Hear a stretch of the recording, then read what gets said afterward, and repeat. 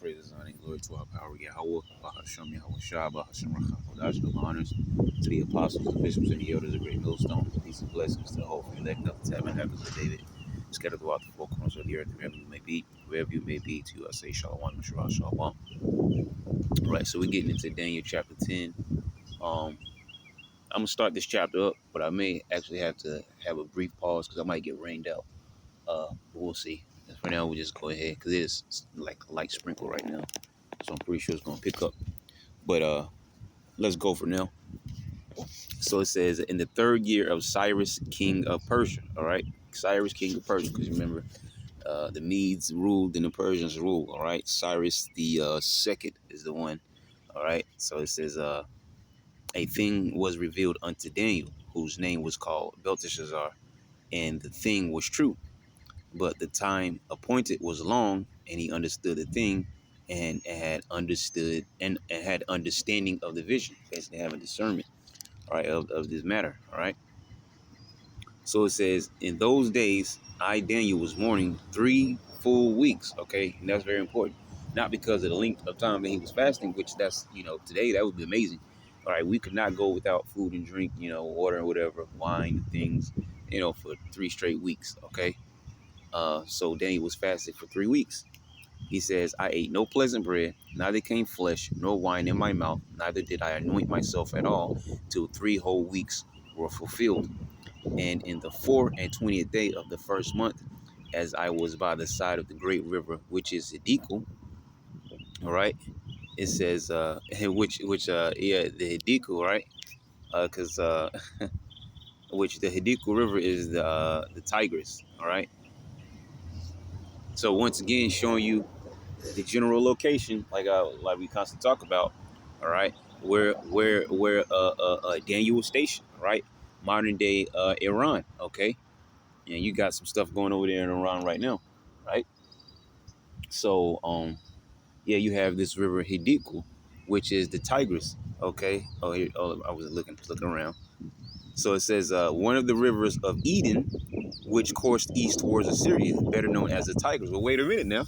But I thought, these bug out people say that civilization, was, Africa or whatever, right?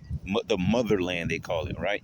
Now, if I'm correct, it was the Romans that actually gave it that name, Africa or whatever. All right. And I think it was like, what's this dude name? Leo Cypricanus, how do you say his damn name? Leo Cypricus, some Africanus. I believe he wrote a book around 1526. All right. Where, it more widely became known, as which at one point it only referred to the northern part of that pretty much continent. And then later, it became more widely known, the whole continent as Africa. All right. And so you have a river here, Hiddekel, which is one of the 4 rivers. All right. Because, it mentions that the Tigris, the Euphrates, right there, over there, that's near Iran, because they go, the Tigris stops at some point, but the Euphrates goes all the way up into Anatolia. Okay. And then you have the other 2 rivers. And so it was the one river that was flowing from was the Jordan, right? Because you have to remember the earth kind of looked different back then, all right? So it's giving you the area of the Garden of Eden, and none of that has to do with Africa. Now, of course, the Nile River is a part of the land, but, well, that's a portion of land by that river, and going over. But the majority of the Garden of Eden, all right, went, abroad, like more north eastward.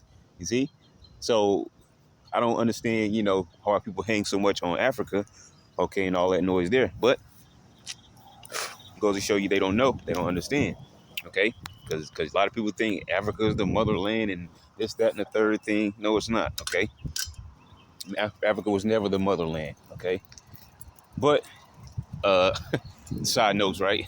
Lessons within lessons, like the apostle say. So continuing on, I was grabbing my little transportation here. It's getting wet. I got a bag with me. I just throw it over the seat. But I'm still move it though. To get my other stuff. Just put my back. It's starting to pick up. It ain't heavy yet, but it is picking up. So, yeah, let's go back. So it says, and in the 24th day of the first month, as I was by the side of the great river, which is Hiddekel. Okay, so great river Hiddekel, which is the Tigris River. Okay, so we know modern day Iran, or well, ancient, Iran, which it wasn't even called Iran back then, but I'm just talking about the general area of where Daniel is. All right. So when this happened, it says, then I lifted up mine eyes and looked, and behold, a certain man clothed in linen, whose loins were girded with fine gold of Uphaz. Right. So who's this man that he's seeing? Okay. It's gonna uh, give us a great indicator of who this is. It says his body also was like the beryl, and his face as the appearance of lightning. All right, so his body was like the beryl. Matter of fact, let's look at this beryl real quick. His body was like the beryl, right? Tarashiash. All right, is it Tarashiash? All right, Tarashiash, a precious stone or semi-precious gem, perhaps a chrysolite, yellow jasper, or other yellow colored stone. Okay, so let me see what's here.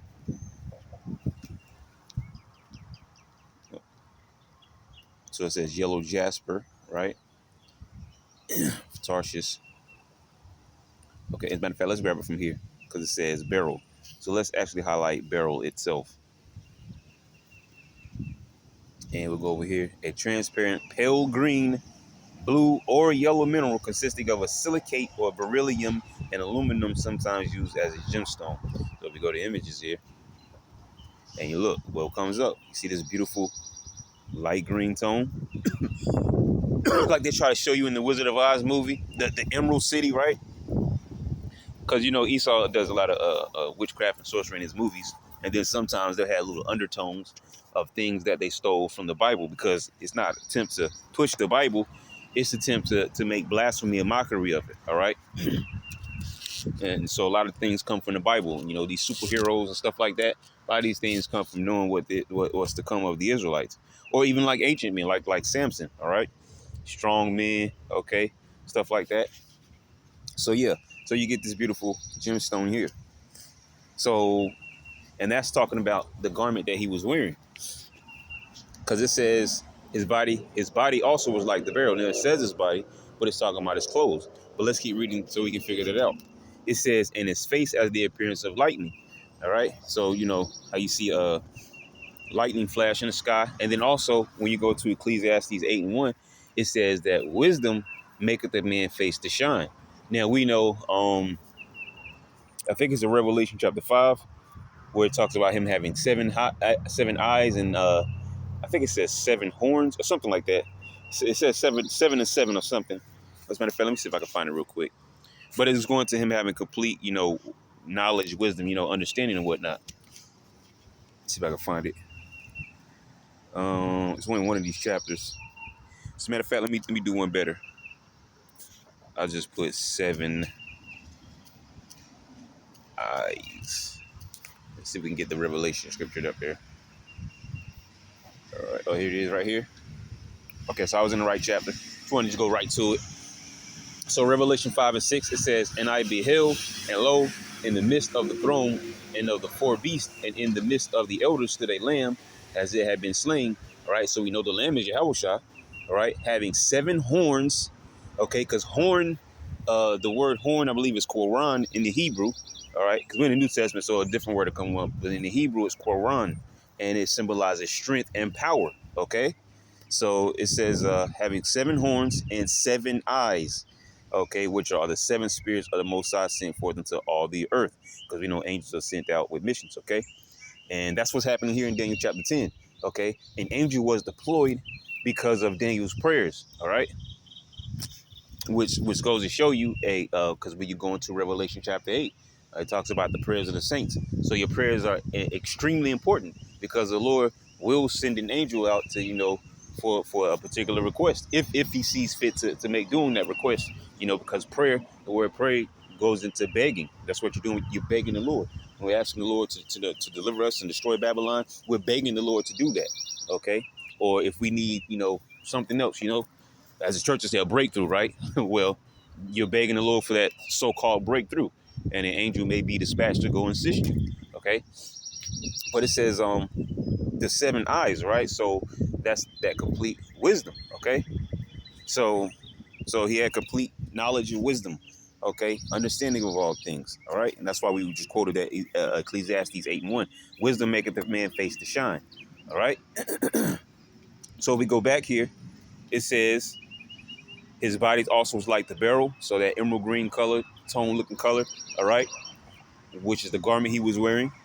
It says, in his face as the appearance of lightning, and his eyes as lamps of fire, which goes into the same description that John the Revelator gave us in Revelation chapter 1. So both John and Daniel saw the same man, Yahushua, and they pretty much described him in the same way, and which was to be a very dark-skinned man with white woolly hair, eyes like a flame of fire, and I'm pretty sure they saw his beard because it's customary for our men to have beards. All right, Yahushua was not walking around with a bald face.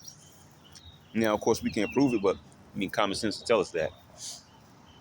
So it says, and his arms and his feet. So there you go. That's how you know that that beryl is talking about the garment he was wearing, because it wouldn't have to mention his body and then his arms and feet separately. That wouldn't make sense. The body was beryl, so the body is talking about the garment, the clothing that he was wearing, and his actual skin color. All right, he says is what? His arms and his feet like in color to polished brass. All right, so polished brass is like what? Okay, burnished, polished. Matter of fact, let's pull up burnished, see what comes up. Especially of metal polished by rubbing. Let's get the images. Look at this. What color is that? Is that not brown? Okay, and it says as if it burned in the furnace, so it will be very dark brown. Look at these shoes. All right. Okay, so and look at the tip of it. The tip of it, you see, is more direct. So he was very a very dark skinned man. Okay, so yep, burnished, polished, all the same thing. Brass. If we pull up brass, all right, copper or bronze. You see, let's pull up copper. See what comes up. Which I mean, pennies, right? Look, check this out. You see, as if it would burn in the furnace. So it would have been darker than this, but it's still what? A brown tone. See? And the Heavenly Father is saying is described to be dark skinned as well. It's picking up more heavier. I'm under this set of trees right now, but it ain't gonna last for too long. We'll stay here as long as we can. I didn't bring a jacket or nothing, so it's okay. Uh, let's roll. Let's keep rolling. All right. So very dark skinned man. All right. So his arms and his feet like the color to polished brass. So he's a brown tone. And we know Hebrews 7:14. It is evident our Lord spring out of Judah. Well, who's Judah? Judah are the so-called Negroes. And what is the average typical color of the so-called Negroes? Brown. All right. Different shades, darker, lighter, but they're dark. And we know that the Lord was the same shade brown, but he was of the darker tone of that brown. You see? So let's keep going. It says, and the voice of his words like the voice of a multitude. Okay. And, and the scriptures talk about, often, when he spake, he would go up into it, like he would speak from the ship, or he would speak from a certain, place so everybody can hear him. But he had a strong, loud voice anyways. So, I mean, it's not much to say about that. The Lord had a very strong voice. He probably had a deep, a voice with deep bass in it. It was very loud. All right. Very strong. Okay. So it says, and I, Daniel, alone saw the vision, for the men that were with me saw not the vision, because as we mentioned before, all right, Daniel was a man of power now, all right? He's been lifted up. So it would be natural for him to walk around. He may go wherever he wanted to go, but he will also have guards, all right, around him, okay? Because, it's just like a king, all right? The king has, like when you're talking about, what's this dude? If I'm correct, it started with Cyrus, the Immortals though, or something like that. But so those the Immortals like 10,000 guys, because they showed you this in the 300 movie. All right, so it was like 10,000, extremely skilled, warriors. All right, and they were part of the standing army, but they were also, in particular, the palace guards. All right, because those men in particular would be around the palace, directly protecting the king. So that means that they were a higher level, of skill as warriors than the regular standing army. All right. So so there's like a king would have his particular men that will protect him directly, even though the kingdom itself as an army, this is no different. Daniel was a man of power. Okay. So if an enemy came and just by probably not, but just by chance they knew who Daniel was, he would be, sought out to be, destroyed. Okay. So, on a regular, Daniel would have, guards, all right, that would accompany him wherever he would go, okay, because he was a man of power, all right, which that should be basic to understand, okay. I mean, even today, does your president have, the CIA stuff like that, okay? It's like when Trump got shot in the ear, supposedly, allegedly, right? Okay, where they'll jump on him, grab him, move him, rush him away. They'll jump in front of the bullet. It's no different, all right? So yeah, so it says, and I Daniel alone saw the vision, for the men that were with me saw not the vision. All right, why was that? It says, but a great quaking. All right, because when you go into that, just a terrible fear. All right, fell upon them. Fear, anxiety, quaking, trembling. See? So imagine, you just all of a sudden being afraid of something. You can't see it, you're not hearing it, okay? You just all of a sudden you just feel so afraid that you turn around and run. Now leave the person that you're supposed to be guarding. Hey, that's some great power right there. That happened without even fighting. All right, that was even no effort. That was even like you can't even consider that as a power, which it is. But I'm saying like how little that is to you get what I'm saying? But yeah, so they just all of a sudden just fled. Okay, and because this was for Daniel alone. All right, which obviously Daniel was probably the only Israelite amongst that group. Okay, the rest of those were probably Syrian, not Syrian, Persian guards. All right. So, anyways, it says so that they fled to hide themselves. Right. So verse 8 says, therefore I was left alone and saw the great vision. So everything, was seen by Daniel alone. Okay. And the Lord, had those guards, have a terrible fear, come upon them that they forgot their duty. Okay. They went to hide. Okay. Without ever hearing or seeing Yahushua. But Daniel did. So it says, and there remained no strength in me, for my comeliness was turned in was turned in me into corruption, and I retained no strength. It says, yet heard I the voice of his words, and when I heard the voice of his words, then was I in a deep sleep on my face, and my face toward the ground. All right, so uh he was spoken to. So all that just transpired, and then Daniel was put into a pretty much a deep sleep. All right, trance. So maybe if you want to call it that, but a deep sleep. Okay. So it says, Daniel comforted. Verse 10 says, and behold, an hand touched me, which set me upon my knees and upon the palms of my hands. All right, because remember he was just he was out cold pretty much. Okay, he probably fell down all the way on his face. Okay, and then the hand touched him, and he got up on his on all fours. Right. It says, and he said unto me, O Daniel, a man greatly beloved, understand the words that I speak unto thee, and stand upright. All right. So, so he was able to be taken out of that deep sleep to be placed up on, given the strength to stand up on all fours. And then he was told to stand upright. All right. Stand all the way up on your feet. Right. So it says, understand the words that I speak unto thee, and stand upright. For unto thee am I now sent.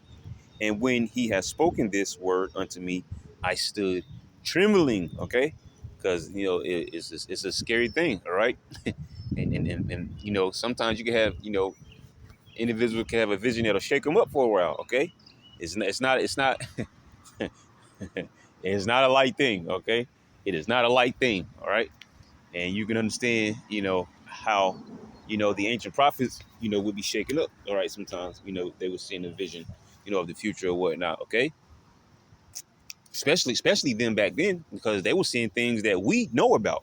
We grew up into, all right, things, certain things. Back then, these things didn't exist. So they're seeing things, wars, all kinds of different people, and all kinds of different things and situations going on that didn't exist back then. So it really jacked them up. All right, but let's keep going. So it says, and when he had spoken this word unto me, I stood trembling.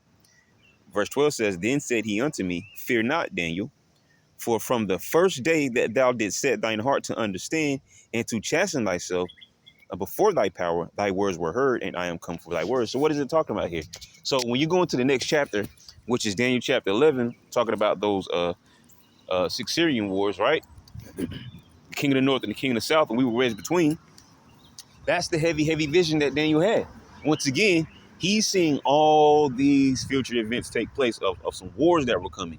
All right. Many wars that were coming, this, that, and the third thing, us being wedged in between. He saw all those things and it really jacked him up. And so he went on a 3-week fast. Because remember, we read that in the top of the chapter, right?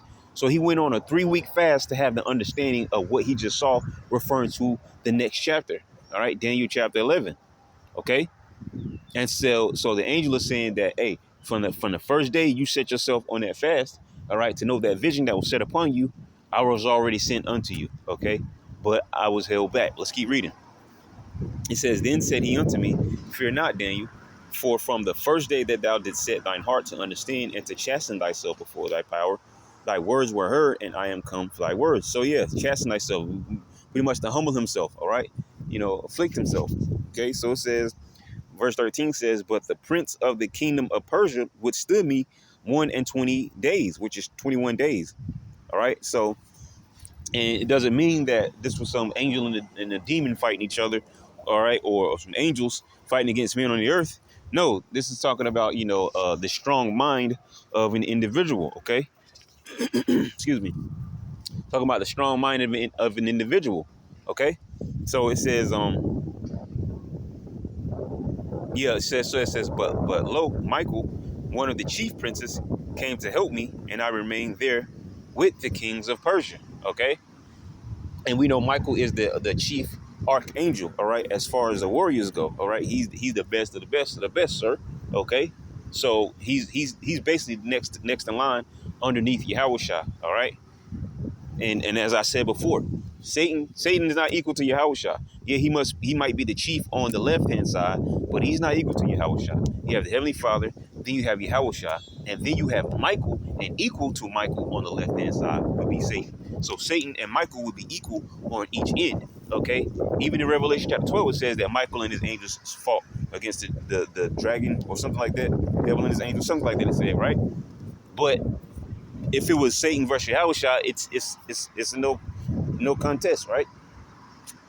It's not a real fight because Satan is not equal. Remember, the first and only spirit created by the Heavenly Father is Yahushua himself, and then Yahushua created everything else.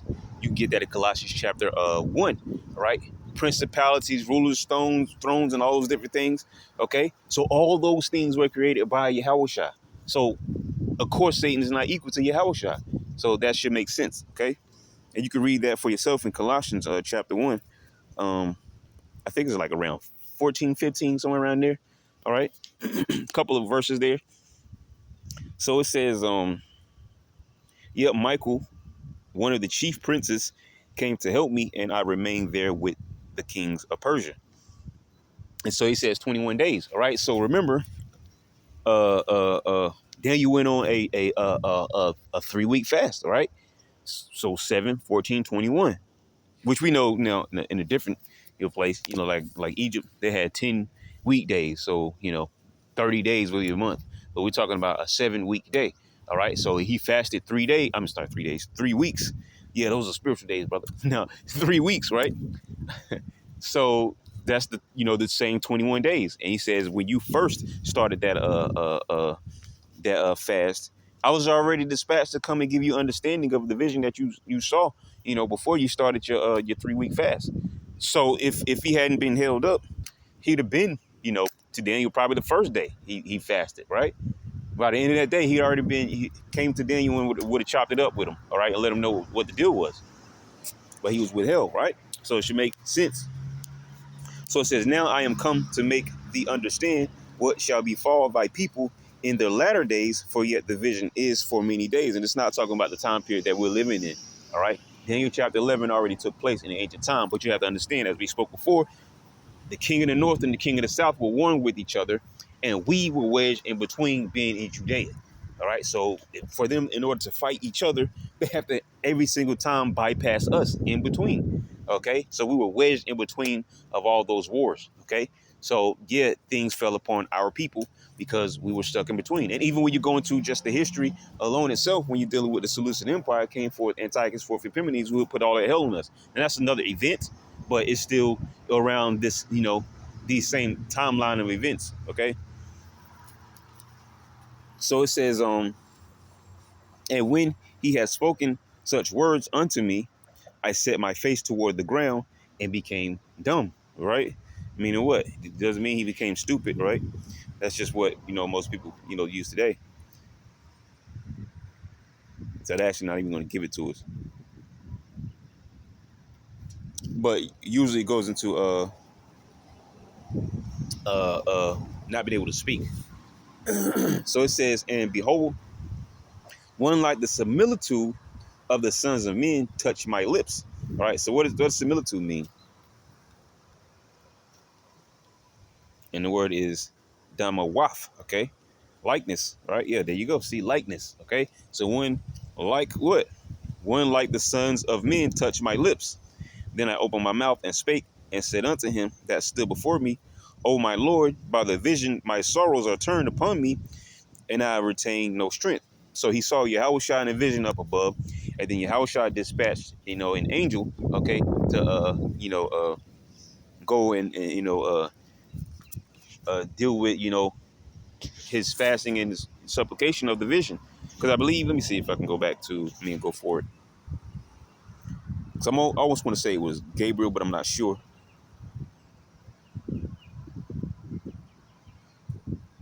As a matter of fact, let me see if I could do this. Let's do this. Let's see how many time Gabriel comes up in the book of Daniel. Because I don't want to say it was him for sure. Okay, so there's Gabriel right there in Daniel 8:16. All right. And I heard a man's voice between the banks of Uli, which called and said, Gabriel, make this man to understand the vision. So who's that voice that probably told Gabriel that? Probably Yahushua back then. All right. In Daniel chapter 8, which we already went through. That was probably Yahushua telling Gabriel, give him understanding. Okay. Daniel 9:21. All right. Yeah. While I was speaking in prayer, even the man Gabriel, you see, whom I had seen in the vision at the beginning, being caused to fly swiftly, touched me about the time of the evening oblations. There you go. Gabriel again, right? Gabar Ya'ala. All right. And then it goes into Gabriel again in the book of Luke. Okay. Which is not even important to talk about. But I was about to mention because Joseph was of a direct, descendant of the seed line of King David, as well as Daniel, because David, Hezekiah was a the direct lineage of King David down the line, and then down the line, Daniel was one of those units mentioned of Hezekiah. All right, so Daniel was actually a direct descendant of King David, so he was royalty. Okay. And I believe it mentions that, so kind of hints at that in Daniel, the first chapter. But, side notes, right? Let's go back. So more than likely, this was probably Gabriel again. Okay. So it says, and behold, one like the similitude of the sons of men touched my lips. Then I opened my mouth and spake and said unto him that stood before me, O my Lord, by the vision my sorrows are turned upon me, and I have retained no strength. For how can the servant of this my Lord talk with this my Lord? For as because Daniel was very humble, man. He was like, man, I mean, why? Not saying he was actually asking why me, but it's kind of hard to explain in the English words, right? But it's almost like the why me feeling, right? Because things can be sort of heavy on an individual because we're just people, man. We're in these terrestrial bodies, all right. We're not in the celestial bodies yet, so in the terrestrial, things can always hit us heavy, all right. But anyways, it says, for how can the servant of this, my Lord, talk with it? And it just talked about how weak he was, right? The hand, he was deep asleep. Then the hand touched him, and he got on his all fours, and then, spoke to him and told him, stand upright, all right? I'm about to, chop it up with you. So it says, for as for me, straightway, there remain no strength in me, neither is there breath left in me, all right? So then knowing, that he didn't even feel worthy enough to receive, this information. But, you know, this is what it is. It was for him to hear and understand. All right. It said, then there came again and touched me one like the appearance of a man, and he strengthened me. All right. So you have, two angels doing things here. All right. So one, we saw Yahweh shop above, or he saw Yahweh shop above. All right. And then you had, other angels that were, also assisting in this matter. All right. Because this was a very heavy vision that Daniel saw, given all those wars. All right. It was a great time period. So it says, and said, O men, greatly beloved. This is the second time, right? Daniel's greatly beloved. I wonder what that says in the Hebrew. Hamad, Hamada, Hamada, Hamada, Hamda. All right. Desire that which is desirable, pleasant, look precious. All right. Greatly beloved. Okay. Look, desire, delight, beauty, desirable, pleasant. All right. It just keeps going back to the same thing. That was the last word there. To delight, greatly desire, precious. It's all the same thing there. All right. So hamda. All right. So and said, O man, greatly beloved, fear not. Peace be unto thee. Which was that shalom, right? I wonder if it comes up here. There you go. Shalom or shalom, right? Completeness, soundness, welfare, peace. Okay. Friendship. So going so on and on, right? So hamda shalom, all right? And said, O man, greatly beloved, fear not. Peace be unto thee. Be strong, be strong. And when he has spoken unto me, I will strengthen. Which is very powerful because, the angels are not like us, all right? So just the words spoken, which we do the same thing to one another now, all right? Comfort one another with these words, right? So that's what we do when we do exhorting, lessons and stuff like that. We're comforting one another and strengthening one another with the words, all right? So we have the same, somewhat spiritual power, but just it's on a way, way, way lesser level. But still, we comfort and strengthen one another with our words, all right? So it says, and when he has spoken unto me, I was strengthened and said, let my Lord, and Lord, will you be edified by this lesson? Let my Lord speak, for thou hast strengthened me. Oh man, we got through the chapter that quick. So it says, it says, and said, oh, let my Lord speak, for thou hast strengthened me. Then said he, knowest thou wherefore I come unto thee? And now will I return to fight with the prince of Persia. And when I am going forth, lo, the prince of Grecia shall come. Okay. And we know when you go into, because we already went through Daniel chapter 7, the Medes and the Persians reigned. And then after the Persians, the Greeks came into power, which we spoke about that because Alexander the Greek, as history knows him, which is Alexander the Third, the last person that he took out was Darius the Third. Okay. But that's another side note. So it says, then said he, knowest thou wherefore I come unto thee? And now will I return to fight with the prince of Persia, and when I am going forth, lo, the prince of Grecia shall come. But I will shew thee that which is noted in the scripture of truth, and there is none that holdeth with me in these things, but Michael your prince. All right. So there you go. Because when we go into Daniel chapter 11, all right, this was the setup to Daniel chapter 11, because Daniel received the vision, which is the Daniel chapter 11, all right, and he fasted 3 weeks because that's how heavy it was, and he didn't have the understanding of it. But as all the previous times, because man, Daniel seen, I can't even count. I have to go back and count all the times. But Daniel saw quite a few visions, all right. And a couple of them were actually not even originally his own. They was dealing with the king Nebuchadnezzar II, all right? That great tree, the statue, okay? And so on and so forth, okay? So Daniel was given quite a few visions there, okay? And so that was the Daniel chapter 11 vision, and then he fasted 3 weeks. And then, that was also explained, in the chapter as we went through it. So that pretty much sums it up, all right? I didn't expect to get through the chapter so quickly, but, it's all the same. Lord willing, you will edify. Till next time, Yahshua, I'm going to say shalom.